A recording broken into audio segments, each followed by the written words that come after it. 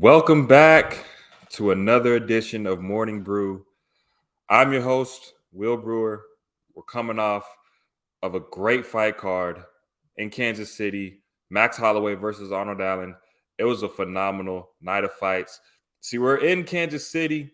We're getting closer to my neck of the woods. We're getting closer to small Oklahoma City. Now, we were supposed to get a fight card, a fight night. I think it was Jack Hermanson versus Chris Weidman was supposed to be the main event before the pandemic took place.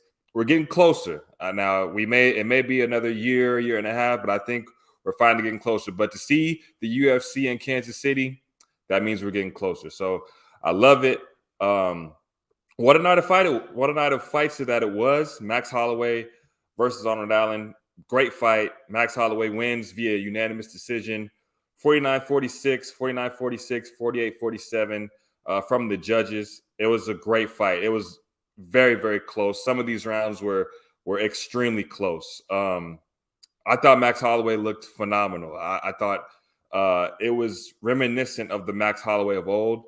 The output, the numbers across the board for all 5 rounds was really Max Holloway-esque. Arnold Allen landed some really, really big shots. He stayed in there throughout the entire 5 rounds. That was a question that I had, wondering how good that Arnold Allen is, but also like, how is his cardio going to hold up? Is he still going to be that same guy in the championship rounds? And he proved that he is that guy. He is as good as we think he is. Now, he didn't get the job done against Max Holloway, but it was a very close fight. It's not a fight to hang your head on if you're Arnold Allen. There's still a lot of good matchups out there for him. There's still potential out there to be reached, and just the fact that he was able to reel off 10 consecutive wins and then get into this spot. This is only just going to be a learning experience for him. But the fight itself, it was awesome. I mean, it started out, Max Holloway was being who he is. Output was good. It was, normal Max Holloway. I gave the first round to Max. I thought the second round was probably the closest round of them all. I thought that Allen landed some really, really big shots in that round, but Max Holloway's numbers was just substantial. Am I gonna fight anyone who's gonna say that Allen won that round over Max, or if Max won the round? It was that close of a round. It could have gone either way. Upon first watch, I scored it for Arnold Allen, and upon second watch, I scored it for Allen.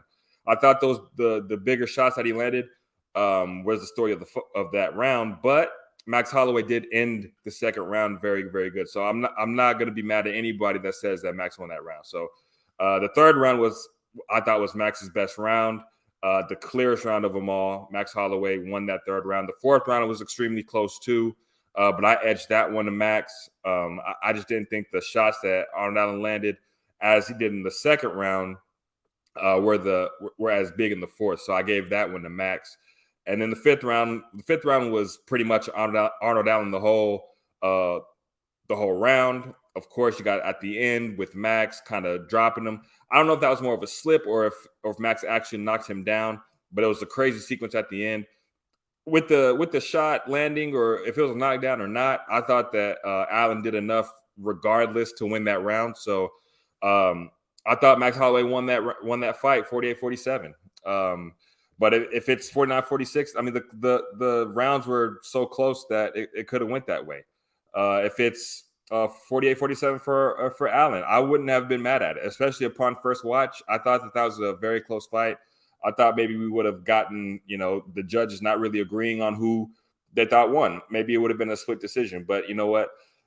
Max fought very, very well. Allen fought very, very well. It was a great fight. Both guys should hang their heads high. But now spinning this forward for Max, I mean, it's very interesting because he's at a spot where he's lost to the champion 3 times, and he's kind of at this position where he's the guy that if you beat him, then you're going to be next for the title.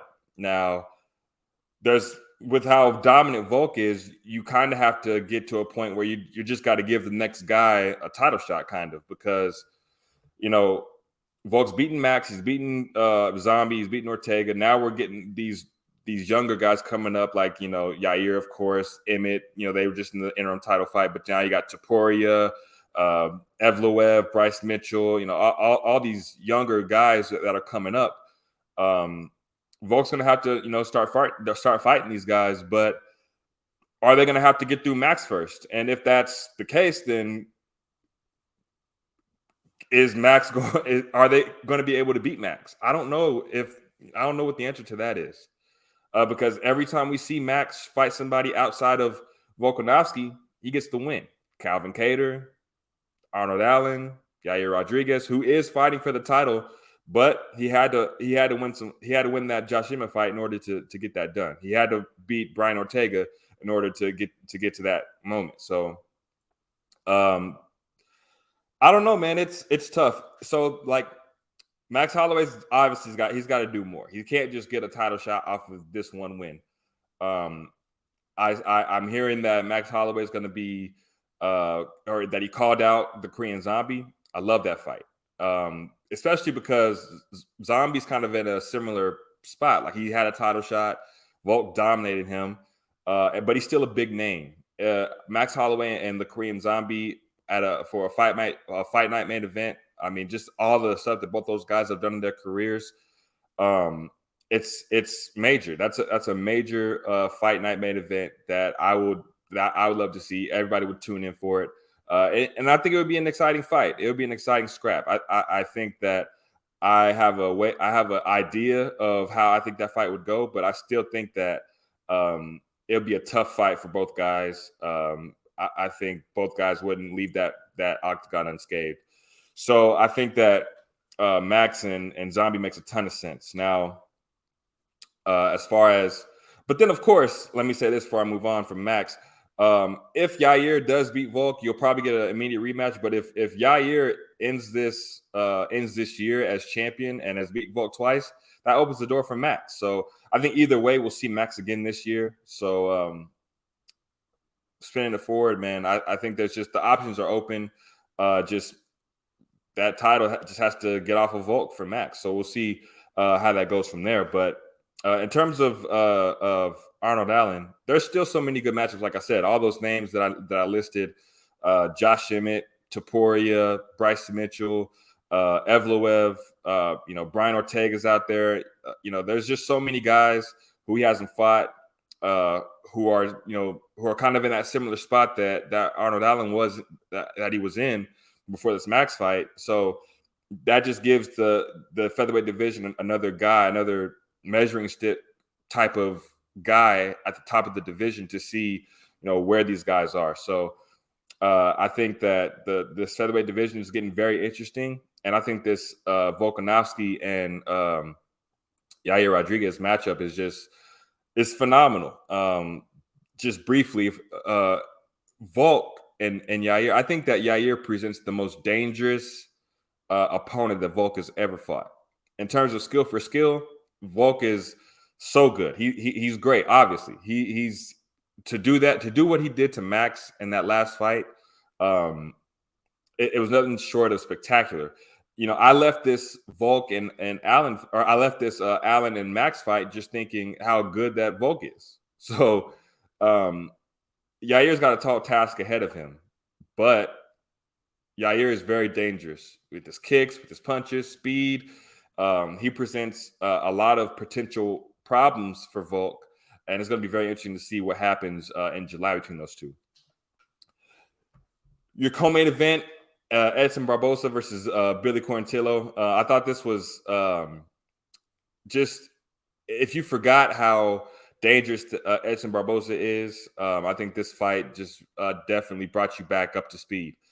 Because I thought that this fight was going to be able to give him opportunity to show what he can do.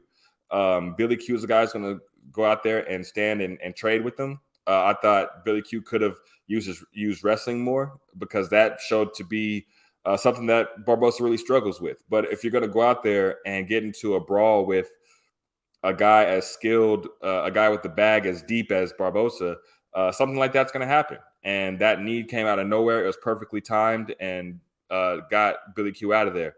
Barboza keeps his ranking.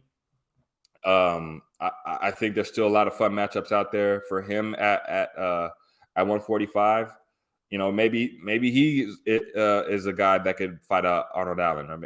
There's no shortage of good matchups out there for Edson Barbosa. But I thought he looked outstanding. I thought he looked great on the scale. And I thought he looked fast. I didn't think he looked depleted or anything. So big time win for Edson. Spinning this forward for Billy Q. I think he's still a very fun fight for whoever he gets into the octagon with. That Alexander Hernandez fight was outstanding. He was on a run, and this was the biggest name that he had fought. And had he won, he was going to, get into the rankings, and there was a lot of, fun matchups out there for him. But I don't think you hang your head on this one either. If you're Billy Q, I think you learn from this and just keep taking these fights. And who knows? Maybe you'll find yourself right back in this spot with a couple wins. Azamat Murzakanov against Dustin Jacoby. I definitely didn't have this fight right in my head. I thought that this was stylistically a great matchup for Dustin Jacoby, but Azamat, he's a dog, man. He's tough. He went out there and took the fight right to Dustin Jacoby, knocked him down on a couple occasions, really made it tough on him. Clearly won those first 2 rounds. Jacoby went out there in the third and put on and definitely he knew he needed to finish, and he went out there and fought like he needed to finish. Fought very well in the third, but those first 2 rounds put Jacoby in just such a deep hole that he wasn't able to climb out of it. So Azamat gets the win. It was number 13 versus number 15. I'm very curious to see what they do with him next. This light heavyweight division, it's getting more and more interesting by the second. You got Alex Pereira that just got into this division. You don't really know what's going on at the top right now. You got Jamal Hill as a champion. You would think he's going to fight Yuri Prohaska next. We don't really know what's going on with that. But you still got Anthony Smith. You still got Johnny Walker. They're going to be fighting soon. You still got Jan Blachowicz out there, Magomed Ankalaev out there. So this division, it's very fun. We'll see what's going to happen with these guys next. You still got Ryan Spann out there. That might be a good matchup for Azamat next. Azamat Murzakanov versus Ryan Spann. And then, Dustin Jacoby, I don't know if he's going to retain his ranking. He might be at 15. They might just swap. But there's still some fun matchups out there for him. We don't know what Dominic Reyes is going to do. But I think that may be a fight that makes a ton of sense. Devin Clark is still out there at light heavyweight. So fun matchups out there at light heavyweight for both these guys. And we'll see what happens going forward. Iwan Cutelaba and Tanner Boser. I thought this fight was going to be interesting, especially seeing that Boser was coming down from heavyweight. And, I thought he was a guy that could make 205, but I didn't think he would actually make the jump. He's fallen on some tough times, and he decided to make the jump to 205. He looked great on the scale. I think he came in under 204, which shows that he was very locked in, and he knew what he wanted to get done. He had everything was just right, nutrition, all that it was just right for him. But I think Cutelaba is a tough, matchup to come into for your first, light heavyweight fight. A guy who puts on that pressure with wrestling and with the stand up. I thought that Cutelaba looked good. I think it's really good especially with these guys who are dropping down, to really pressure them and to really make it tough on them going forward. Don't let them settle in. Don't let them find their footing at their new weight class. So I thought it was big for Cutelaba to go out there and kind of smother him, and then get the knockdown and close the show. Good showing for Cutelaba. I don't know what this means for Tanner Boser going forward, but Cutelaba, I think maybe him and Azamat makes sense. Him and Jacoby potentially makes sense. So he's always a guy that's going to go out there and put on tough fights. A fight that I would like to see again, and I don't know if they would do this, but Khalil Roundtree and Iwan Cutelaba, a few years ago, those two fought, and Roundtree didn't look himself. Cutelaba put it on him, took it to him, and finished him. I would like to see that fight again. I would like to see if Roundtree um, has made the proper adjustments. It seems like he has, because he's fought some tough competition since that fight. I think that would. I don't know how much sense it makes at this point, since Roundtree's kind of on a win streak. But that's a fight at some point I would like to see again. Pedro Munoz and Chris Gutierrez, man. I was kind of wrong on this one too. I thought that Chris Gutierrez is a bigger bantamweight, and I thought that with the coming off the momentum of him knocking out Frankie Edgar, I thought that he would take this fight kind of similarly in a similar way to how he fought Frankie. But Pedro just showed that he's, we kind of wrote him off after the Sean O'Malley stuff, but he fought well against Sean O'Malley, and he fought very, very well in this one against Chris Gutierrez. Mixed it up really well. Didn't really let Chris get comfortable, and it was a unanimous decision win for him. I thought it was very much deserved. Chris Gutierrez just didn't seem like he had it tonight, and Pedro had got a big time win. This bantamweight division is probably the deepest in the entire UFC. So there's no shortage of good matchups out there for Pedro. Of course, he fought Sean O'Malley recently. It didn't really go his way. It was potentially going his way before the eye poke, and now we got Sean O'Malley, who is on the doorstep of a title shot, and Pedro's kind of gotten the short end of the stick. It's tough to really tell where you go with him. A fight that makes a ton of sense. I don't really know how much Pedro would want to attack this one, since he's coming off of a loss. But Pedro Munoz versus Adrian Yanez, that would be a fun fight. But I think Pedro would want to fight up in the rankings coming off of a win like this. So we'll see how it goes, man. But there's a lot of fun matchups out there for Pedro. So we'll see what the UFC comes up with next, man. And then the opener, Clay Guida, Rafa Garcia. I thought this was going to be a tough one for Clay Guida, and it proved to be so. Rafa Garcia is as tough as they come. Clay Guida is getting up there, but you can't really count him out, because he's so wild, and he fights with a lot of heart, a lot of toughness. You can never really truly count him out, but this one, it just seemed like Rafa just had his number, that he was just a better guy. That was your main card opener. But the prelims were phenomenal, man. I thought that the prelims were very, very fun. Bill Algeo, how good is he? I mean, the finish of TJ Brown, and then that was just a phenomenal fight. There was a reason why this was the prelim headliner, and then of course Bill Algeo gets the win, coming off of a brutal fight, and then he goes on the on the microphone afterwards and kind of trashes Kansas City.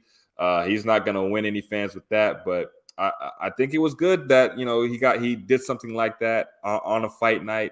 And I'm not going to say he's going to earn any Kansas City fans, but fans that in the MMA community are going to be like, oh, look at Bill Algeo, talking some trash and making a name for himself. So I thought this was a big time win for Bill Algeo. We'll see what's next for him. Brandon Royval. I thought that this was a tough matchup for him. Mateus Nicolau has looked great. Now, Nicolau missed weight, and I think that may have played a factor in this fight. But Royval, I'm not going to try and take anything away from Royval, because the way he put it on him, dropped him, and then those elbows. Those were elbows, to say the least. Knocked him out. Now, Brandon Royval, it seems like he's really coming into his own. He's starting to finish these guys, and I think he's right up there with for a title shot. I think the flyweight division, it's kind of wide open. We got Brandon Moreno as the champion, but Figueiredo is going to be looking for an opponent. Figueiredo's fighting Manel Cop, excuse me. But I think that going forward, we got a lot of fun matchups out there for Royval. Maybe Kai France again. Alex Perez is out there. Matt Schnell. So a lot of fun matchups out there for Royval, but I think he could possibly be next for a title shot. Especially with Figueiredo, he says he wants to fight 3 more times, but I don't think he'll get another shot at the title as long as Moreno's the champion. We saw that fight 4 times, and they were all phenomenal. But I think it's time that we kind of move on from that. But I think with how the landscape of the division is now, I think Royval could potentially get a title shot next. So we'll see how it all plays out. There's going to be a lot of questions answered in July when Moreno and Pantoja fight, and that's going to be a very fun fight as well. Jillian Robertson drops down a weight class, gets it done again. Daniel Zellhuber gets it done over Orlando Venata. Denise Gomes over Bruna Brazil. That was a phenomenal fight. Gomes gets the knockout. But, of course, we can't move on from this until we talk about Zach Cummings and Ed Herman. Both guys, veterans of the sport. And Zach Cummings is fighting in his hometown. He got a lot of love from the Kansas City faithful. And Ed Herman, what can you say about him? He's fought all the toughest guys in this sport, and it seems like he's never really said no to anything. But he's always game to fight. I've been watching for many, many years. And for both of these guys to go out there, they put on a show. Zach Cummings just seemed like he was firing on all cylinders. It looked like he was not going to be denied on this night. Dropped Ed Herman many times. Ended up getting the finish at the end of the 3rd round. And then, the double retirement, it was very emotional, to say the least. When you see 2 guys who have given everything that they have to this sport. Zach Cummings is coming off of a back injury that has sidelined him for 2 years, and this was his first fight back in front of his hometown fans, in front of his family, getting a win like that. That's something special, to where, like, he was never really a guy who really that you associated with getting a title shot, but he's been around so long. He's got a solid record, but for him to go out there in front of his fans, friends and family, and get a win like that, it may not get any better than that. And then for Ed Herman, just leaving it all out there like he always does, in multiple weight divisions. Both guys fought in multiple weight divisions, gotten wins in multiple weight divisions. Just both guys, true pioneers, true game fighters, fun fighters to watch. And just props and a huge thank you to both guys for the entertainment, for the amazing fights. We'll see what happens next for them, outside of their UFC careers, outside of their MMA careers, but I wish them the best. Just seeing how emotional both guys were, that embrace at the end. I mean, it just doesn't get any better than that. And it's just a great way to cap off this UFC Kansas City recap. Next Saturday, we got another. This was a pretty solid fight night in Kansas City, but we're back in the Apex for another solid night of fights. We got Sergey Pavlovich and Curtis Blades in the heavyweight main event. I think that this fight has a lot riding on it. The heavyweight division, it's pretty wide open in terms of, like, who's going to be the next contender, number one contender. You got John Jones and Stipe. They're going to fight at some point. And I think we're reaching a point where it could be John Jones fighting for the last time, Stipe Miocic fighting for the last time.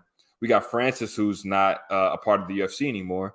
So I think if these guys could continue to win, and you're going to put yourself in a position to potentially fight for the title, for a vacant title potentially at the beginning of next year. I think that's very possible, and I think these 2 guys are right at the top of the bill when it comes to who could potentially fight for the heavyweight title at the beginning of next year. Sergey Pavlovich has come on really strong. He beat Derek Lewis. He beat Tai Tuivasa, but this is a different matchup against Curtis Blades. Curtis Blades is a big heavyweight, and his wrestling is top notch, and he's really coming into his own with the striking. But first things first with him, first and foremost, it's that wrestling. And he's pretty much flawless in the UFC outside of fighting Derek Lewis and Francis Ngannou, the two greatest knockout artists in the in UFC history. But he'll drop those, but he'll beat everybody else.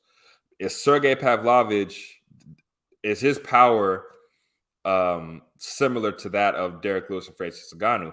I don't know. We'll find out. But I think this is a big step for Curtis Blades in terms of his career, because while it's not Derek Lewis, while it's not Francis Ngannou, it's a guy who knocks guys out. I think it's going to do something for Curtis Blades for his mental if he's able to get a win like this against a guy who's so dangerous on the feet. Now, how aggressive is Sergey Pavlovich going to be against Curtis Blades? Now, he can't be as aggressive as he was against Tai Tuivasa and Derek Lewis. Like, we knew going in that those were going to be slugfest. So he didn't really have to worry about wrestling when it came to those two.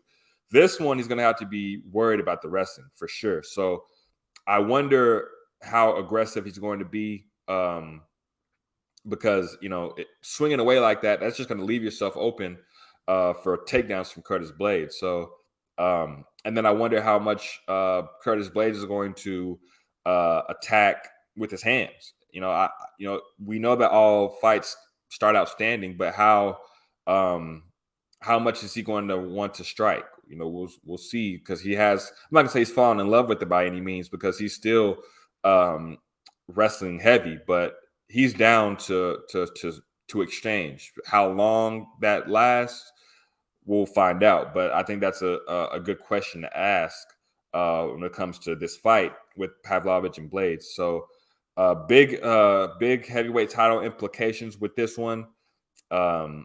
I think it's going to be a great fight. We'll see who gets it done, man. And but Song Yadong, Ricky Simon in your co-main event.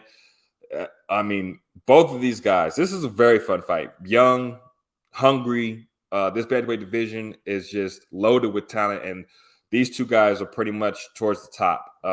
Song Yadong, his last fight against Cody Garbrandt, I thought he fought a very interesting fight with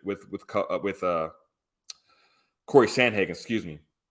Sandhagen. That was the first time that Sandhagen really brought out his wrestling, and I think it really surprised Song Yadong. I don't think he was expecting Sandhagen to really wrestle like that. So I think with this one, Ricky Simon is a guy who's very well-rounded, and he's, that last fight against Jack Shore, Ricky Simon pretty much just took it to him, submitted him, and pretty much got Jack Shore out of the bantamweight division. So this is going to be a very fun fight. Song Yadong is a very entertaining fighter, as is Ricky Simon. So I think we're going to see fireworks. I think we're going to see fireworks in Brad Tavares and Bruno Silva. I think that's going to be fireworks from the moment they they ring the bell. I think it's going to be a striker's delight. I don't think we'll see this fight go to the ground. I just think, Brad Tavares is a vet of the game. He's fought the best of the best, and Bruno Silva is always an entertaining fight. So that one's going to be fun. Bobby Green versus Jared Gordon is going to be fun. Bobby Green, always entertaining, striking, very, very fun to watch. Jared Gordon just coming off that fight with Paddy Pimblett. A lot of people thought that he won. So I think that this fight is going to tell us a lot. I think that both guys need a win, but I think that Jared Gordon, win or lose, is going to probably fight Paddy Pimblett again at some point down the line. But Bobby Green, this is a fight where he's looking to get back on track. He lost to Islam, of course, on short notice, but he stepped up. And then he got knocked out by Drew Dober in a fight that he was winning. So this is a fight that both guys need. But I think Bobby Green maybe needs it a little bit more. I think we'll see a fun scrap. Now, Yasmin Lucindo and Brogan Walker Sanchez is going to be a fun fight. And then at the top of the card, you got Jeremiah Wells and Matthew Simmelsberger. So just the whole night at the Apex next Saturday is going to be a pretty phenomenal night of fights. You got Ricky Glenn and Christos Giagos. You got Ronnie Yaya and Montel Jackson, Carol Hosa and Norman Dumont, Mo Usman and Junior Tafa, Priscilla Cachoeira versus Karine Silva, which is going to be a fun fight. Francis Marshall and William Gomez, Brady Highstand and Dana Bajuro.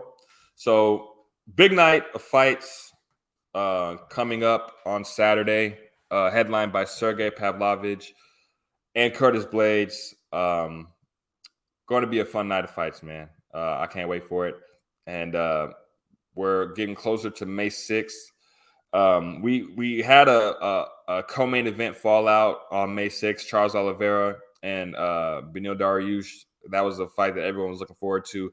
That fight, Charles had to pull out due to an injury, but that fight is going to be moved to June 10th, UFC 289. So we're still going to get it, just not as soon. But I just want to say, the UFC said they're working on a co-main event. I hope